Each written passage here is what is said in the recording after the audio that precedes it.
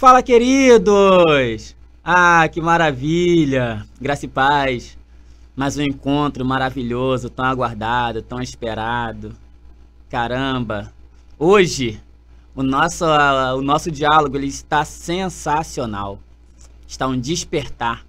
E eu peço muito a Deus que seja um divisor de águas em nossa vida, para que nós possamos entender e compreender. O nosso tema de hoje chama-se O Perigo da Janela. Ah, como Deus tem preparado essa palavra com tanto carinho, com tanto empenho.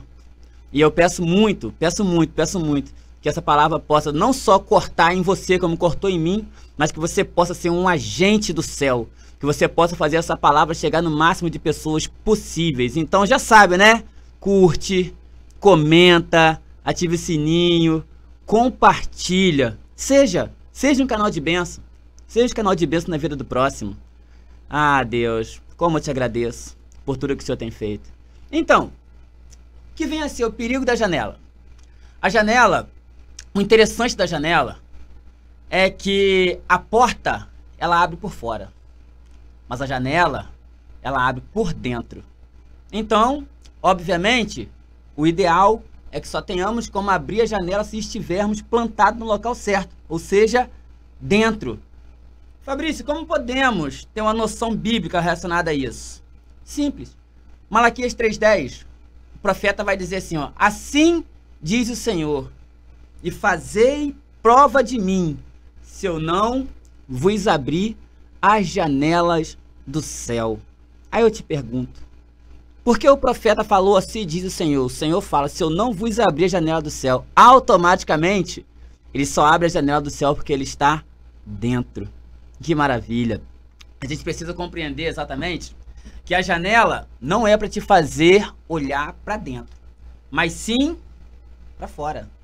Até porque a janela, ela te dá e te traz informação, mas a palavra te traz revelação. Como Deus é bom. E hoje nós vamos falar sobre um jovem chamado Eutico. E essa palavra, ela se encontra no livro de Atos, capítulo 20. Estaremos lendo do verso 7 ao 11.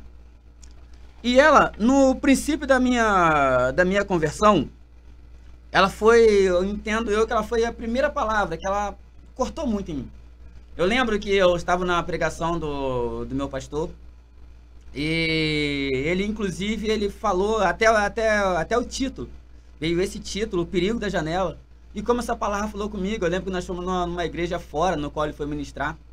E eu prestei atenção atentamente e eu me identifiquei muito com Eutico. Muito, porque eu, durante a minha vida toda, eu sempre estive na janela. Na realidade, eu não passei a vida toda dentro da igreja, mas já frequentava durante muito tempo. Mas eu nunca conseguia me atentar àquilo que realmente era necessário estando dentro. Eu estava plantado no local certo, mas por vezes olhando para fora. E quando eu vi aquela passagem daquele jovem Eutico, aquilo falou muito comigo. Anos se passaram, as coisas aconteceram e hoje estou eu aqui para poder compartilhar com vocês o quanto ela falou comigo. E assim nós começamos. No primeiro dia da semana, ajuntando-se os discípulos para partir o pão, Paulo, que havia de partir no dia seguinte, falava com eles e alargou a prática até meia-noite. Esse é o primeiro ponto. Paulo estava vindo na sua terceira viagem missionária. E ele estava vindo de Filipos, e destino a Troade, e ali ele parou. Veja que o primeiro dia da semana é exatamente no domingo. E ao partir o pão, um dia de ceia. Aí eu vos pergunto, a palavra vai dizer que Paulo foi até meia-noite. A escritura também vai dizer que começou meio-dia. Quantos de nós suportaria nos dias de hoje levar tamanho tempo plantado aos pés do Senhor, para que nós pudéssemos estar sendo norteados da melhor maneira possível, no momento desse de comunhão, momento de mesa, momento de ceia? Quantos de nós? E a gente vai entender que, chegando um pouquinho mais à frente, e havia muitas luzes no cenáculo, onde estavam juntos. E estando um certo jovem, por nome Eutico, assentado numa janela, caiu do terceiro andar, tomado de um sono profundo, que lhe sobreveio durante um extenso discurso de Paulo. Porém, foi levantado morto. Meu Deus. A gente vai ver que Eutico estava no local correto. Eutico estava assentado no local que você vai ver que estava no terceiro andar. Se a gente voltar um pouquinho mais adiante, a gente vai ver que tem o átrio, o santo e o santíssimo. Eu quero acreditar que Eutico estava no santíssimo, ou seja, ele estava no local profético. Estava num local onde ele realmente seria norteado. Mas se nós também formos em Mateus 13, eu assemelho a Eutico nessa passagem. Eutico também estava num local onde a semente crescia em meio a espinhos. E ali, de alguma maneira, ele se distraiu e começou a olhar para fora. Porque você pode estar no local correto, você cresce, mas se você não estiver focado naquilo que realmente vai te dar o crescimento verdadeiro, o crescimento que realmente vale a pena, você vai acabar se distraindo com outras coisas. No caso de Eutico, foi o sono.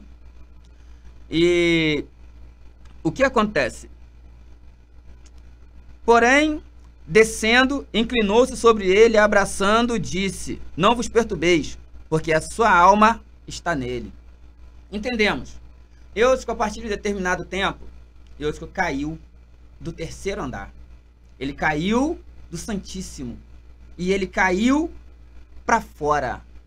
Eu entendo que a igreja desceu, sendo que Eutico caiu para fora, mas Paulo desceu por dentro. Você precisa honrar o local onde você está plantado. E até para cair, Eutico não honrou, porque ele caiu para fora. E a partir do momento no qual a igreja desceu, e chegando no átrio, foi atestado que Eutico havia partido.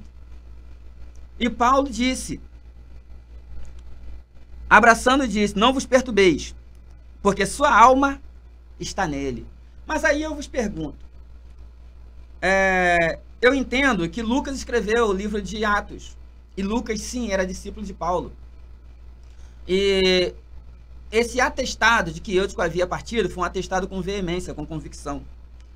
E eu creio, eu acredito que Lucas era um dos remanescentes naquela igreja. E Lucas desceu e atestou: Eutico morreu. E Paulo disse: Eutico morreu, mas a sua alma vive, o espírito vive. Então, é necessário que você esteja completamente cheio da graça do Espírito Santo. É necessário que você esteja completamente tomado pelo Senhor Jesus, para que você tenha autoridade para ser um instrumento de verdade, porque por muitas das vezes nós vamos pensar que a pessoa morreu quando a pessoa na realidade está dormindo. Nós vamos olhar para o nosso próximo lá fora e vamos imaginar que aquela pessoa já não tem mais jeito, quando na realidade ela tem jeito. Se a gente for voltar lá no livro de João, a gente vai ver que João Batista mandou seus discípulos perguntar ao Messias. Vai lá e pergunta, quando ele ouviu falar que Jesus estava fazendo sinais e maravilhas e a multidão estava se ajuntando e assentando em volta dele. Mas João Batista estava preso, estava no calabouço, e eu entendo que ele não conseguia entender como que ele, que havia aberto o caminho para Jesus, estava passando por aquela situação todinha, enquanto Jesus estava curando, levantando enfermos. E ele por algum momento ou motivo, ele duvidou, e ele mandou os discípulos dele perguntar. Vai lá e pergunta se ele realmente é aquele que diz que é. E os discípulos foram perguntar. E Jesus, sabiamente, como sempre, virou e falou assim: avisa ele que hoje os surdos ouvem, o cego vê, o coxo anda e o morto ressuscita. E João Batista, no automático, ele viu que ele estava no calabouço e aquela palavra era diretamente para ele. Mas eu pergunto a vocês, o que nós temos feito com o nosso próximo? Será que nós não estamos fazendo da mesma maneira? Será que nós não estamos olhando para o nosso irmão lá fora, que por vezes até tenta, ou por vezes perde para sua fraqueza, e nós não estamos dando ele como morto, quando na realidade ele apenas dorme? Quando na realidade a sua alma está nele? O que nós temos feito? O que nós temos feito? Gente, entenda, Eutico caiu para fora. Paulo desceu por dentro. Aqui na minha cidade, em Campos dos Goytacazes, há 2 semanas atrás, aconteceu um fato no qual me norteou também para essa palavra, no qual houve um acidente numa rodovia aqui perto, e o acidente foi terrível. E relatos vão afirmar que uma jovem havia estado de morte no chão. Os legistas do Corpo de Bombeiros já haviam chegado, atestaram ela como morte, já cobriram com a lona preta. Eis que chegou um pastor, orou e essa jovem voltou. Muitos vão dizer, não, os legistas erraram, os legistas não olharam a pulsação, é que os bombeiros estavam despreparados.